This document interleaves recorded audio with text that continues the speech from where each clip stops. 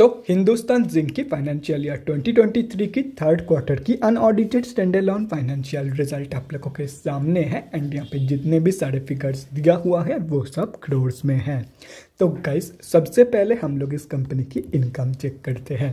सो दिसंबर 2022 के क्वार्टर में कंपनी ने अप्रॉक्सीमेटली 80 to 115 करोड़ का इनकम जनरेट किया है और अगर ये सितंबर 2022 के क्वार्टर एंड दिसंबर 2021 की क्वार्टर से कंपेयर किया जाए तो सितंबर 2022 के क्वार्टर में कंपनी ने अप्रॉक्सीमेटली 8703 करोड़ का इनकम जनरेट किया था एंड दिसंबर 2021 के क्वार्टर में अप्रॉक्सीमेटली 80 to 169 करोड़ का इनकम। तो दिसंबर 2022 की जो इनकम ग्रोथ है वो अनफॉर्चुनेटली बोथ केसेस में मतलब क्वार्टर ऑन क्वार्टर बेसिस पे and year on year basis पे दोनों के दोनों ही केसेस में नेगेटिव में निकल के आ रही है। तो अभी अगर इस कंपनी की एक्सपेंसेस के बारे में डिस्कस करें तो दिसंबर 2022 की क्वार्टर में कंपनी ने अप्रॉक्सीमेटली 5028 करोड़ का खर्चा किया है। सितंबर 2022 की क्वार्टर में कंपनी ने अप्रॉक्सीमेटली 4777 करोड़ का खर्चा किया था एंड दिसंबर 2021 की क्वार्टर में अप्रॉक्सीमेटली 4411 करोड़ का खर्चा इस कंपनी ने किया था। तो अभी अगर यहाँ से इन तीनों क्वार्टर्स की प्रॉफिट मार्जिन कैलकुलेट किया जाए तो दिसंबर 2022 की प्रॉफिट मार्जिन निकल के आ रही है अप्रॉक्सीमेटली 38.79%।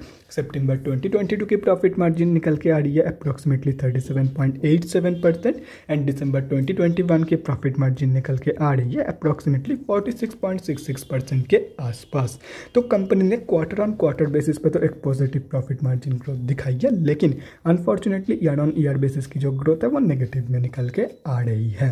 तो अभी अगर इस कंपनी की नेट प्रॉफिट मतलब प्रॉफिट आफ्टर टैक्स के बारे में बात करें तो दिसंबर 2022 के क्वार्टर में कंपनी ने अप्रॉक्सीमेटली 2157 करोड़ का प्रॉफिट पोस्ट किया है। सितंबर 2022 के क्वार्टर में कंपनी ने अप्रॉक्सीमेटली 2681 करोड़ का प्रॉफिट पोस्ट किया था एंड दिसंबर 2021 के क्वार्टर में अप्रॉक्सीमेटली 2701 करोड़ का प्रॉफिट इस कंपनी ने पोस्ट किया था।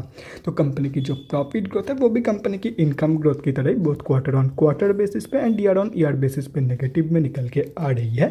एंड इस कंपनी की प्रॉफिट से रिलेटेड एक और इंटरेस्टिंग चीज़ अगर आप लोग ध्यान से नोटिस करोगे तो वो यही है कि टाइम के साथ साथ कंपनी की जो प्रॉफिट है वो धीरे धीरे कम हो रही है।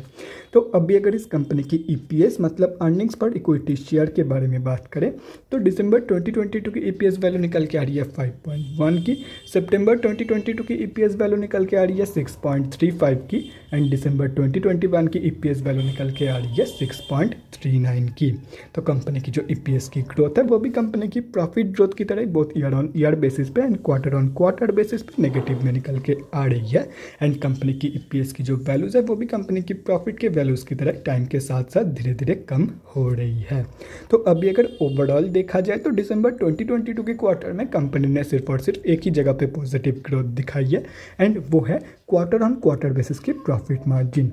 बस इस एक ग्रोथ को छोड़ करके बाकी हर एक जगह पे कंपनी ने कम या ज़्यादा नेगेटिव ग्रोथ ही दिखाई है। तो कंपनी की जो ओवरऑल ग्रोथ है वो तो नेगेटिव में है ही है एंड अगर कंपनी में ऐसे ही ग्रोथ कंटिन्यू रही तो नो डाउट एक पॉइंट ऑफ टाइम में आकर के ये कंपनी इंटरली लॉस मेकिंग भी बन सकती है।